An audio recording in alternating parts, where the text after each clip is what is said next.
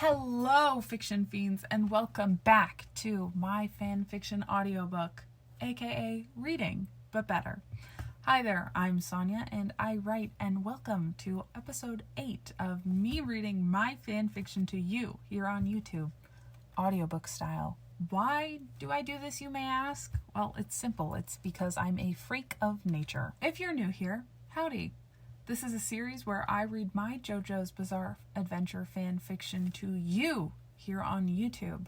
I've been writing this series for about a year now, and while I'm narrating some of the younger chapters of this series, for instance, today I am narrating chapter 4, The Importance of a Seatbelt. Over on Wattpad, the app where I'm actually writing and publishing the stories, I'm actually on chapter 27. So if you're interested in reading the physical copy of the stories, you can check me out on Wattpad. That will be in the description below. Or if you'd like to start from episode 1 of this online series, please make sure to go to my channel to find the playlist titled My JoJo's Bizarre Adventure Fanfiction Audiobook, where you'll be able to find out all sorts of information and the episodes of this series in chronological order. And you can also check out the description of this video to get a more in-depth summary of what's going on here today. Thank you all so much for the support I receive here on YouTube and over on Wattpad. I am forever grateful for what you guys do for me. Thank you so much. I don't want to keep you guys too long here, so why don't we jump into chapter 4 of my fanfiction audiobook, The Importance of a Seatbelt, part 2.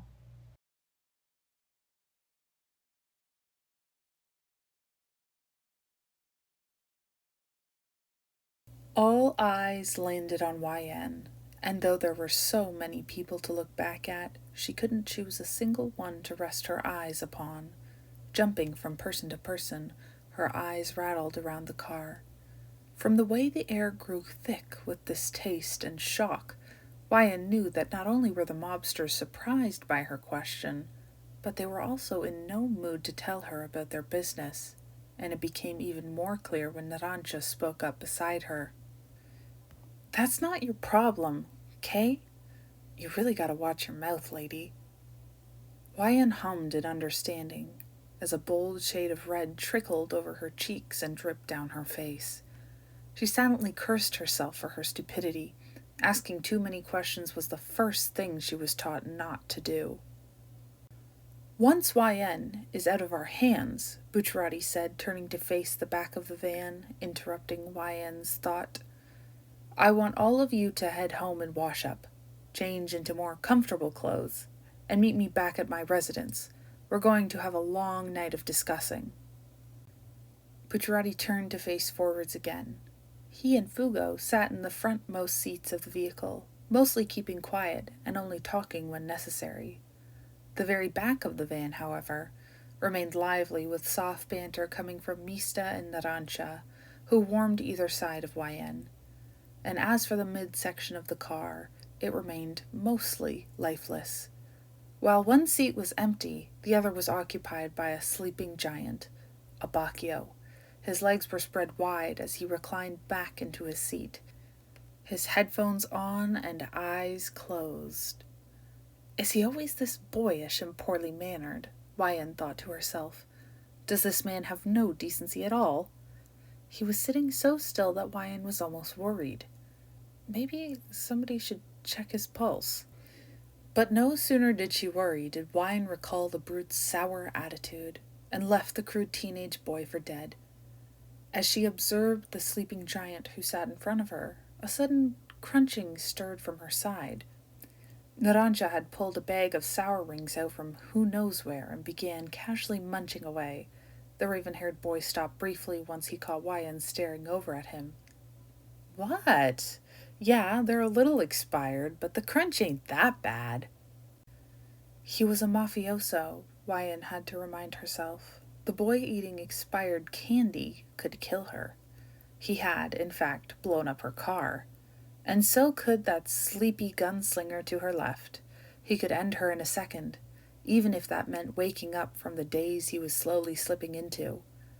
YN began to think she was delusional. Maybe a visit to the hospital wouldn't be such a bad idea when she was free to go. A soft tapping at her shin caused Wyan to stir. Abbacchio, the brute, was poking at her leg.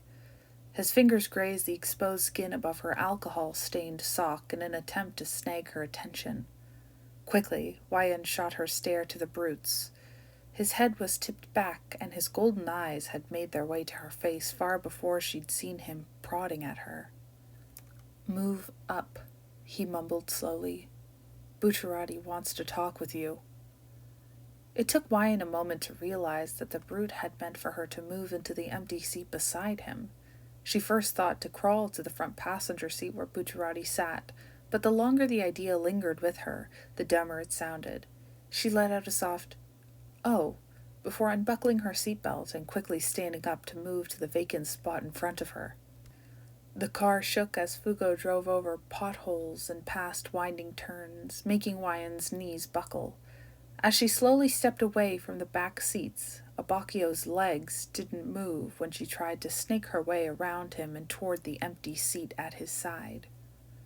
He had gone back to closing his eyes and leaning deeply into the van's plush chair.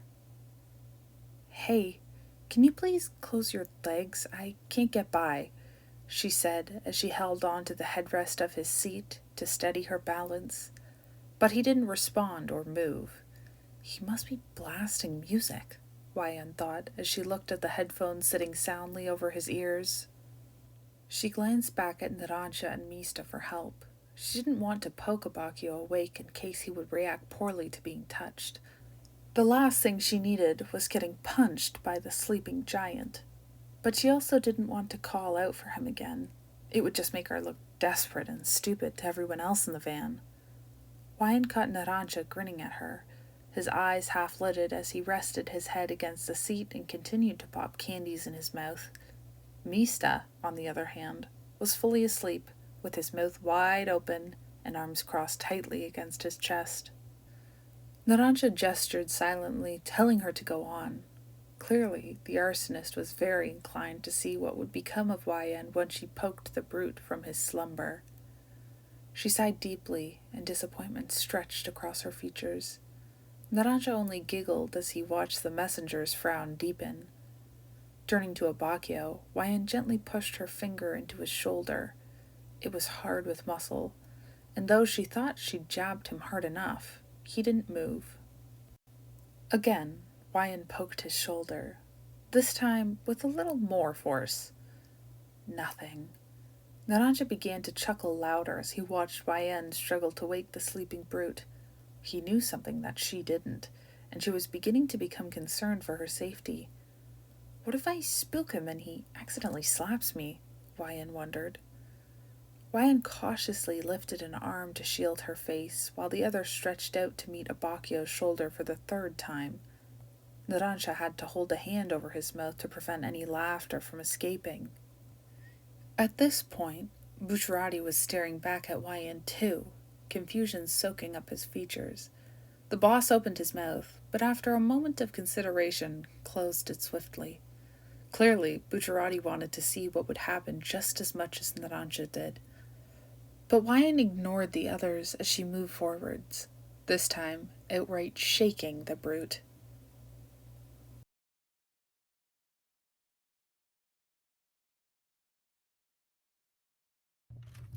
Thank you guys so much for sticking it out all the way to the end. I'm glad you guys are enjoying this series so far. If you have any questions or concerns, you can leave them down in the comments, and that also goes for any recommendations you have as well. You can drop those in the comments below. I look forward to seeing you guys next Monday for the next chapter of the My Fanfiction audiobook series. I'll see you fiction fiends later. Bye!